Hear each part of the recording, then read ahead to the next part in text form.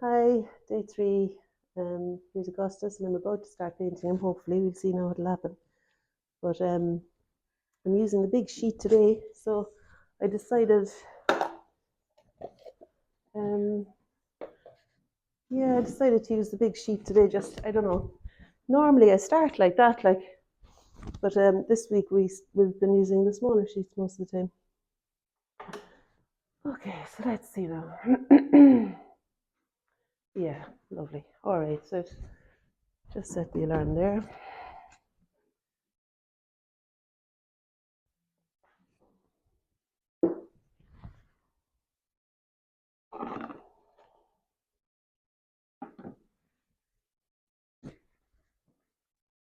And I'm just going to use, I think, a corner of the paper for my scrap paper because it's just a bit irritating having that, is it? Yeah, maybe it'll be all right. Yeah, I was just saying there, sometimes I was saying to Claire, sometimes I come into the week nervous, and I feel like I need to use the big sheet always for the demonstration, but I wasn't feeling nervous so much. I was a bit nervous, but not too bad. I don't know. Sometimes I feel like I need to go broad, and I haven't done that yet this week. And I thought Miwa was going to head for a big sheet, and I thought, I think I will too. But you went back to the small one then. So I don't know. There's no rhyme or reason, really. Yeah. Okay.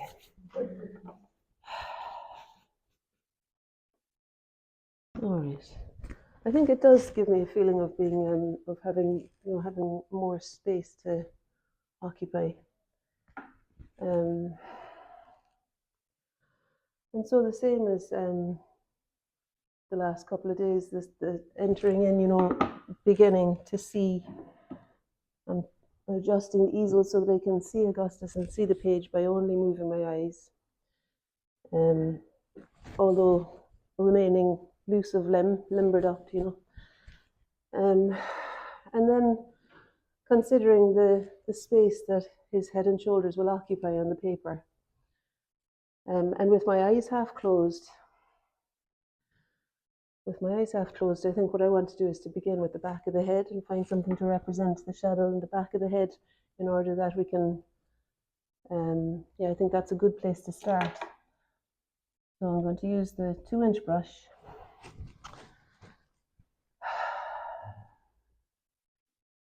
Yeah, okay, so let's see. I'm holding the palette up in order to see what the colors that I'm aiming for. And I'm using the ultramarine blue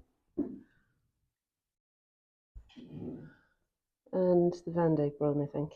I've got the alizarin crimson. There as well. So that's possible too, but at the moment I feel like I want to begin with so this is Van Dyke brown. So that was the ultramarine blue and Van Dyke brown. Okay. And you can see the consistency of the paint here. Again, holding it vertically, you can tell whether it's too runny or if there's not enough pigment in it. If the brush isn't intact at the edge, often it's too dry. I can see there's a big lump of ultramarine blue in the middle of it there, so I'll just mix that in a bit more. Okay.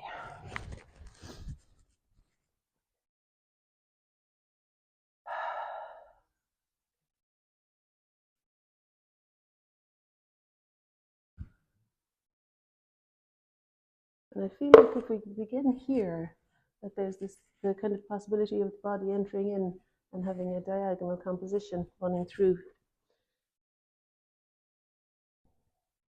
So I'm beginning the head, quite far to the right here.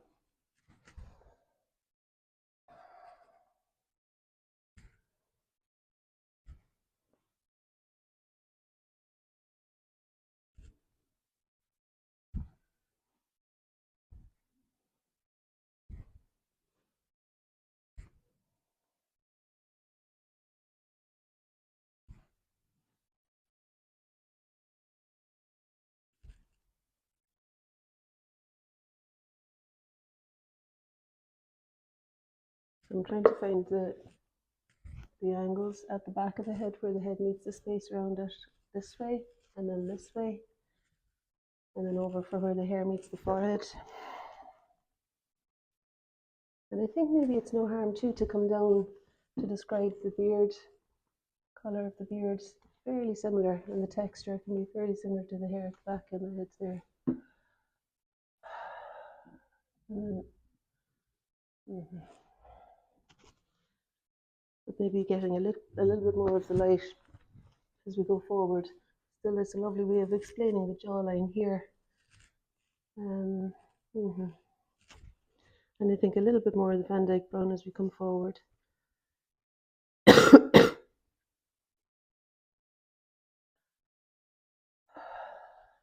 Yeah.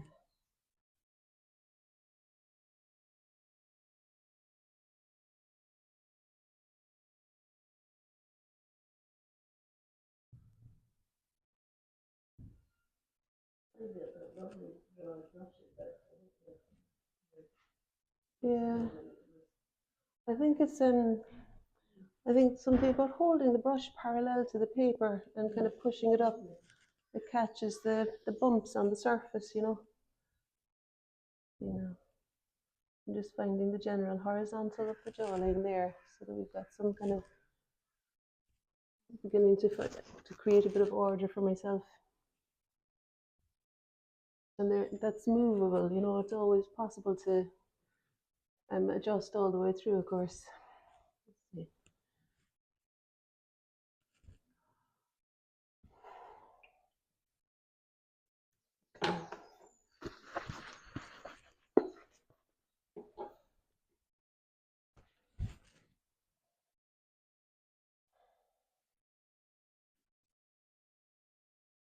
Okay, I think I'm going to put some, this is burnt sienna. Yeah, so the burnt sienna looks like that.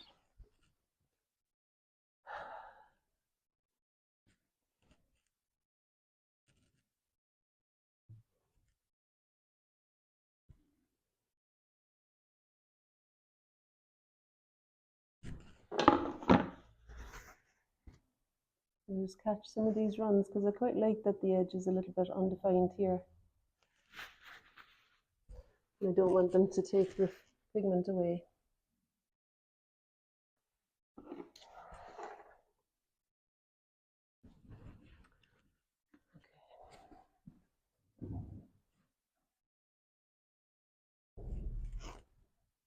Yeah, so this is burnt sienna again, really, just because it's on the brush, I noticed that I wanted to extend the jawline out a little bit more at the bottom of the beard there.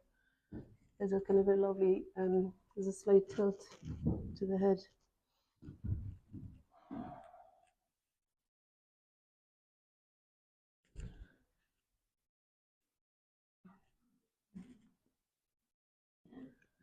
And then where the hair stops at the top and meets the forehead.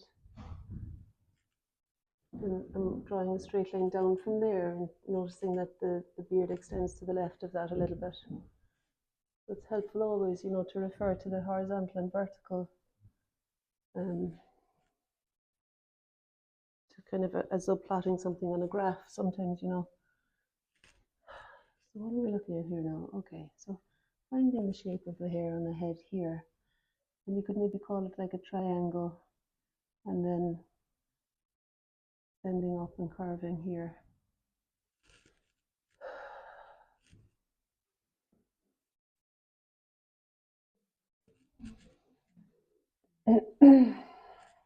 And I suppose it's like all of this is quite wet now, so I'm aware I need to let that alone if I want to make it darker, and the colour will only leach out of it if I want to put more tone on the beard there.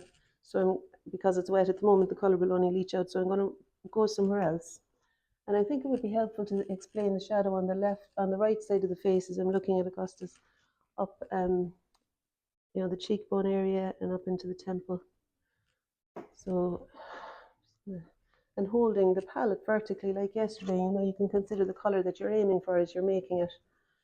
So I just put a touch of alizarin crimson in, that's that color there, in order to warm up the tone here at the temple, and to distinguish it from the color of the hair as well, you know. And then there's the shadow that sits underneath the cheekbone. coming down this side of the face. Maybe a touch of the brown in there in order to deepen the tone here.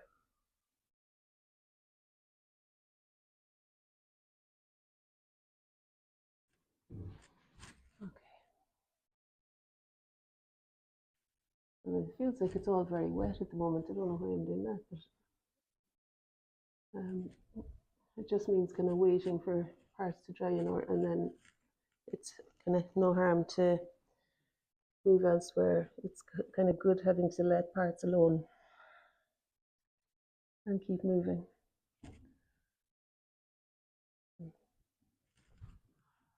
And I think it'd be no harm too to, at this stage, put something in to describe the position of the ear. And using these smaller brushes, they're kind of springier, and you can eat into the shape of the hair in order to find the position of the ear there.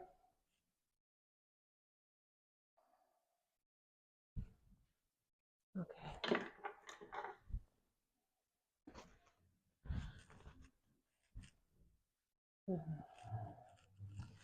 All right.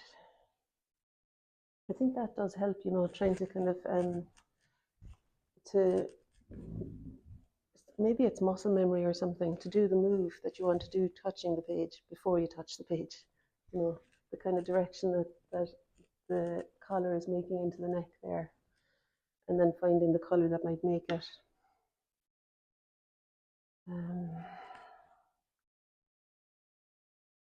I think it's helpful to move beyond the face as well sometimes, especially because I want to let parts dry, but also felt like that there's to have an entry in to the face is good to notice the shapes below the beard and where is the neck located in relation, say, to this, in relation to where the hair meets the top of the head. Maybe about here, so a little bit forward of that, something like that maybe. But again, you know, as I always say, with this approach, nothing is set in stone, and you know, do your best to observe faithfully what you're seeing, and then knowing that you're free to adjust as you go as well.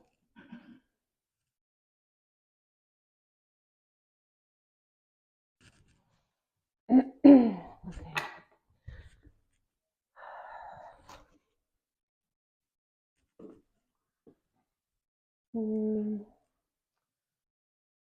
Yeah, so there's a cast shadow of the head onto the t-shirt in front, kind of.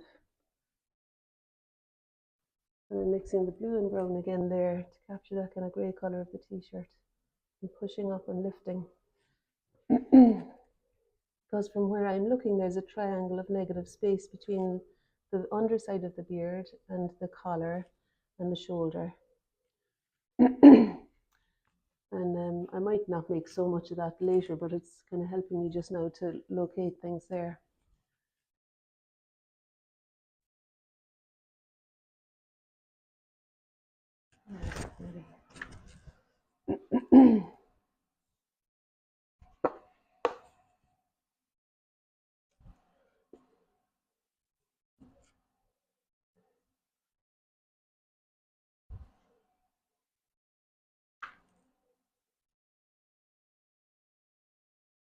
Okay.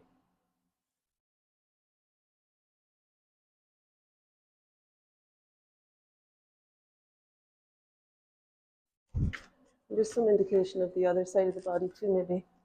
I'm kind of getting trigger happy with the splashes there, but right, it's all right. Okay.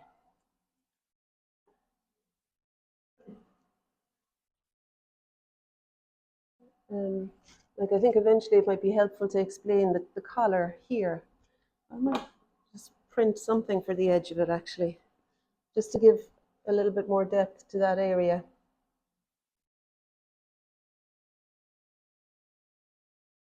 It's good having the collar.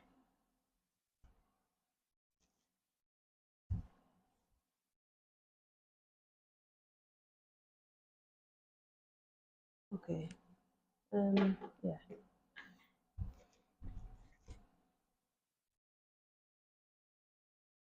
and varying your brush sizes, keeping the options open all the time, so there's no feeling of being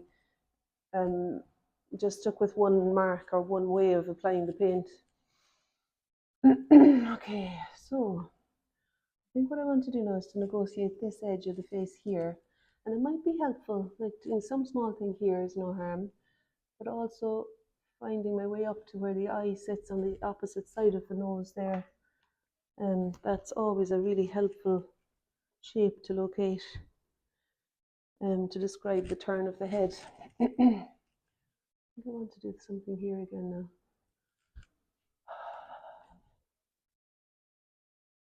Yeah, kind of looking at the general shadow shape here,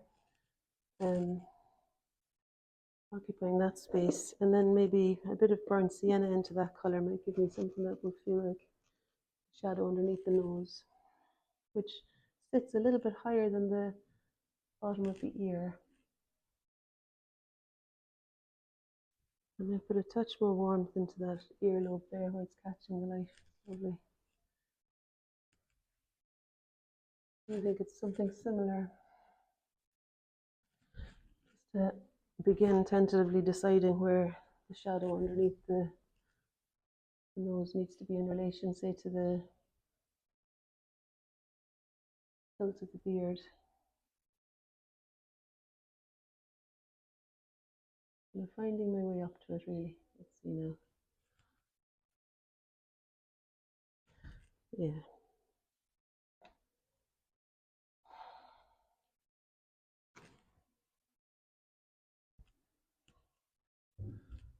Yeah. So seems to be a kind of a slight diagonal tilt and extending just beyond the edge of the face from where I'm looking.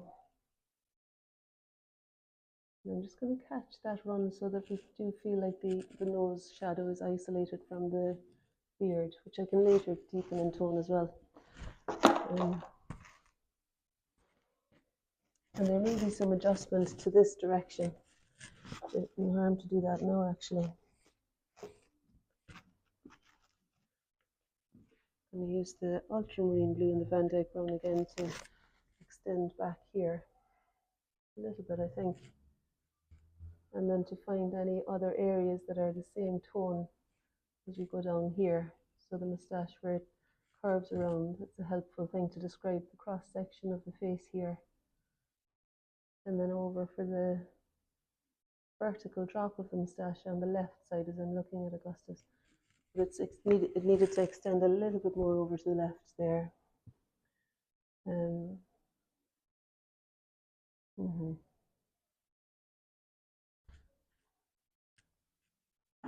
Yeah. And I think I might as well, now that I'm in that area and I don't want there to be this blank space in here, I'm going to bring some of the alizarin crimson in to describe something of the shadow that's explaining where the upper lip is here. It's not far off the tone of the moustache because of the light.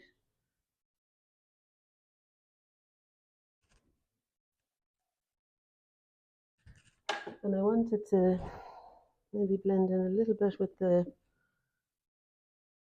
wanted to not be so distinctively different, so that I didn't want there to be a line of light there because the light is falling actually on the lower lip. And then I'm going to continue pushing up. And remember all the time, like I'm forgetting myself every time to stand back. Because when you stand back, you see the full thing, and you consider then if there's anything in general, rather than just the part you're working on that maybe it could do with being adjusted. And then, you know, like yesterday, we were talking about the different, you know, you've got the eyebrows, the shadow beneath the nose, something to describe the shadow of the upper lip, shadow beneath the lower lip, and then something to anchor the face down. So I'm just noticing that shadow that sits under the lower lip there at the moment. And I thought, while I notice it, I might as well place something of that into as I'm traveling up to explain the position of the eye. And we see, like, yeah, you know, we bring more color more tone out here too. You know, as soon as you do something in the face with a heightened contrast, it encourages something more dramatic in the rest of the portrait too, I think, in the body, you know, to be able to put something more colourful in, or like here I want to deepen the tone around the collar a little bit. And then still I want to kind of do that direction a bit more, I think, to capture the settled, kind of seated feeling here.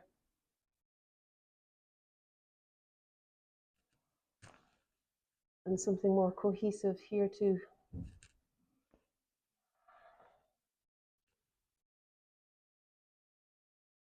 And then I can afford to go up now and explain. I think I might want to, oh, there we go, sugar. I'd say, Augustus, would 5 more minutes be okay? Okay. I did warn. I did tell him. 2 minutes.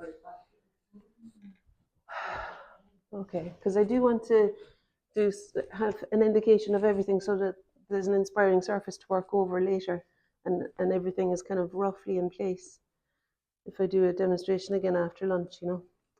Okay, so there's the alizarin crimson and the Van Dyke brown, and I thought, with my eyes half closed again, I'm going to find where those colours might be located. So let me see now, moving back here.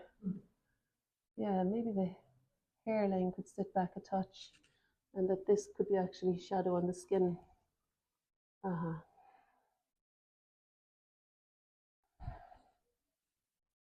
Yeah, and then finding the position of the cavity for the socket of the eye. So bringing, let me see, in relation to the nose, I suppose it would be helpful to begin with the shadow of the nose here, and then noticing where does the eye sit in relation to that. You know, in the vertical is the shadow where the eye meets the bridge of the nose, and then comes almost horizontally across, higher than the ear. Is that just Van Dyke brown? That's Van Dyke brown and ultramarine blue, but there's only a touch of ultramarine blue, I'd say. And really, there's a kind of a combination of different colours already in my palette. So, but and there might have been a touch of alizarin crimson, maybe. I'm wanting to explain the general shadow shape in the socket of the eye here, and I'm doing my best to find its location as truly as I can anyway. Like, it might actually help me to do the other eye. Let's see. With a sense that needing more length and to shift back a bit there. Maybe something like that. Just get sketching paper.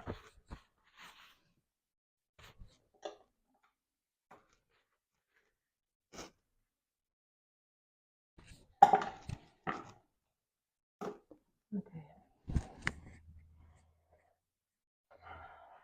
Yeah, maybe running the shadow that runs down the side of the nose here as I'm looking from this side. It feels like there's a little bit of a warm burnt sienna shadow here that runs up to where the eye sits, and then the eye on the other side, ever so slightly higher, I think, than the eyebrow on this side. And I want it to be a clear shape once I've noticed it. So I'm making a colour that's not too runny, and that will clearly make the shape that I'm seeking here. I want to deepen that as well. Okay. And actually, the shape, as I'm seeing it, runs almost halfway down the nose over here. I say I'm speaking very low. Am I? Can you hear me? Yeah. Okay. And then there's a slight curve, I think, in the eyebrow here, and an extension out to the left.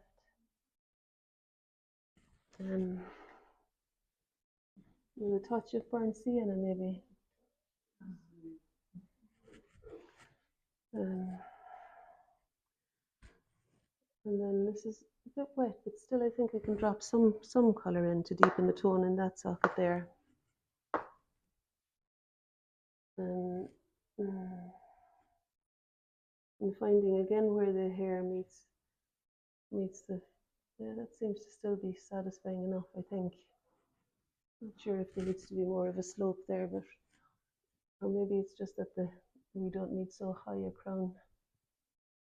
No.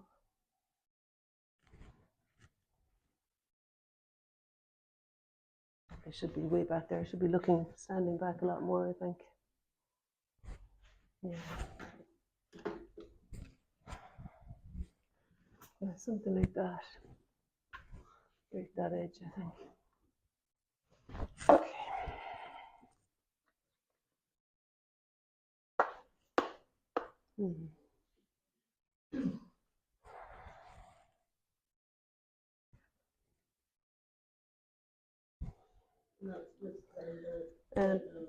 It's burnt sienna and Van Dyke brown together. Burnt sienna and Van Dyke brown together. Yeah. I mean, it's a bit of a risk, but sometimes I feel, in fact, not only sometimes, but generally, I would welcome that kind of sense of edginess, the risk taking of using the 2-inch brush with a feckin', gung ho mark. Oh, I think I do need to stop now. Sure, we can do more after lunch, yeah. And it's not a bad place to stop, I think. Augustus, thanks ever so much. You're really great at being present and still. Thanks. It's great. Yeah, there's a really lovely, settled kind of quality here. So just the same as always, remember to. So we've got a 10-minute break now. So you've a 10-minute break. Yeah. And oh yeah, I'll say goodbye. Right. See ya. We might share that.